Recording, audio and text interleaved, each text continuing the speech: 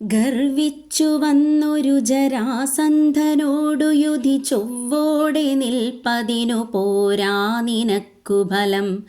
അവ്വാരിധൗദഹന ബാണം തൊടുത്തതു തിളപ്പിപ്പതിന്നു മതി നാരായണായ നമ.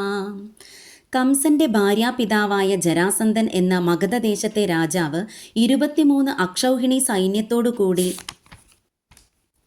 17 തവണ യുദ്ധത്തിന് വന്നപ്പോഴും അദ്ദേഹത്തിൻ്റെ സൈന്യത്തെ തോൽപ്പിച്ചോടിച്ചു. എന്നാൽ 18-ാം പ്രാവശ്യം ഭഗവാൻ ജരാസന്ധനോട് തോറ്റതായി ഭാവിച്ച് രംഗത്തു നിന്നും നിഷ്ക്രമിച്ചു. അങ്ങനെ ജരാസന്ധനോട് തോറ്റ ഭഗവാൻ ശ്രീരാമനായി അവതരിച്ചിരുന്ന സമയം സീതാ അന്വേഷണത്തിനായി സുഗ്രീവാദി വാനരന്മാരോടു കൂടെ സമുദ്രതീരത്തു ചെന്നു. സമുദ്രം കടക്കുന്നതിന് വരുണനെ സേവിച്ചിട്ടും പ്രത്യക്ഷമാകാതെ കോപം പൂണ്ട് ആഗ്നേയ ആസ്ത്രം പ്രയോഗിക്കാൻ തുടങ്ങിയ സമയത്ത് വരുണൻ പ്രത്യക്ഷപ്പെട്ട് ഭഗവാന്റെ ഇച്ഛയ്ക്ക് അനുസൃതമായി വഴികൊടുത്തു.